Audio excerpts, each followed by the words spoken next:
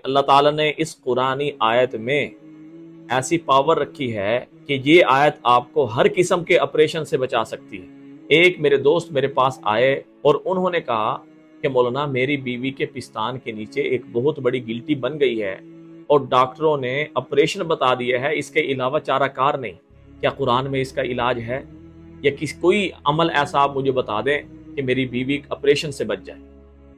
तो मैंने सूरतुल कारिया आयत नंबर 4 वतकूनुल जिबालु कल इहनिल मनफूश ये आयत मैंने बतलाई और इसको मैंने हर नमाज के बाद ताक आदद में पढ़ने को कहा और पढ़कर 3 दफा 7 दफा 11 दफा या 41 दफा दम करने के लिए कहा। एक बात मैंने खास तौर पे कही, वो आपको भी मैं कह रहा हूं कि जब भी आपने फूंक मारनी है तो फूंक को आपने जोर से मारना है, जैसे आप अपने फूंक से उस गिल्टी को, गदूद को, हरनियों को, फोड़े को या दानों को खत्म करने लगे।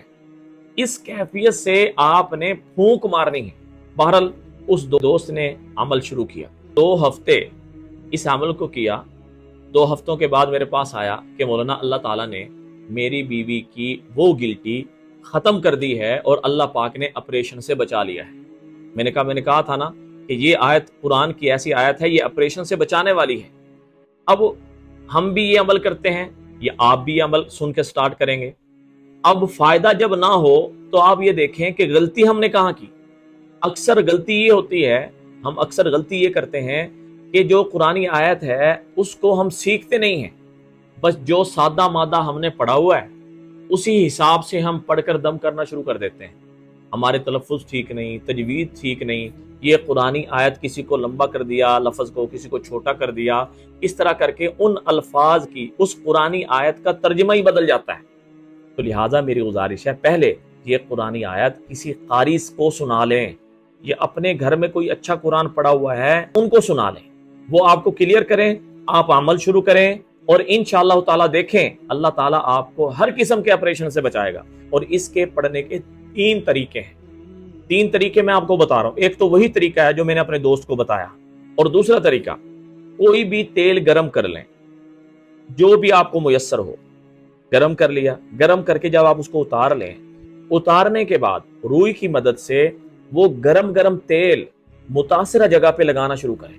जहां गिल्टी बनी हुई है, गुदूद बना हुआ है, फुंसियां बनी हुई हैं, फोड़े बने हुए हैं, दाने बने हुए हैं जो खत्म होने का नाम नहीं ले रहे।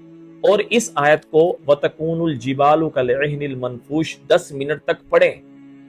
ये अमल आप दिन में 3 दफा कर लें। इंशाअल्लाह ताला बिफज़लिही व बिमन्निही इंशाअल्लाह ताला आपकी गिल्टी, गदूद और आपकी हरनियां और वो दाने जो कभी खत्म होने का नाम नहीं ले रहे थे, अल्लाह के फजल करम से खत्म हो जाएंगे। ऑपरेशन की जरूरत पेश नहीं आएगी। और तीसरा तरीका, कोई गाची खाका आप अगर जानते हैं वो ले लें, नहीं जानते तो मट्टी की डली ले लें। मट्टी की डली लेकर उस पर, यानी उसको आपने 5 दफा उन गुदूद, गिल्टियों, हरनियों पे फेरना है और हर बार 41 दफा वतकूनुल जिबालु कल इहनिल मनफूश ये आयत पढ़कर उस पर दम करना है। और इस तसव्वुर के साथ, क्योंकि इसका तर्जुमा आप सुन लें, वतकूनुल जिबालु कल इहनिल मनफूश, कल क़यामत के दिन अल्लाह ताला मजबूत पहाड़ों को रेजा रेजा कर देंगे, धुनी हुई रुई की तरह कर देंगे।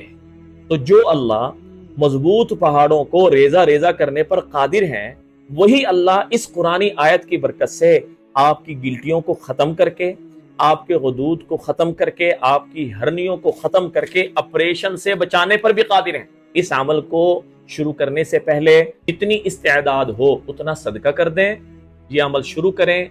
इंशाअल्लाह ताला अल्लाह ताला आपको जरूर ऑपरेशन से बचा लेंगे। हमारी दुआ है जो भी ये अमल शुरू करे, सबको इजाजत है, जो भी ये अमल शुरू करे अल्लाह ताला उसको जल्द से जल्द ऑपरेशन से बचा ले। और हमारे जितने बहन भाई बीमार हैं, कैसी भी बीमारी में मुब्तला हैं, अल्लाह सबको शिफाए कामिला, आजिला, मुस्तमिर्रा, मुस्तकिल्ला, दाइमा नसीब फरमाए। अस्सलामु अलैकुम व रहमतुल्लाहि व बरकातहू।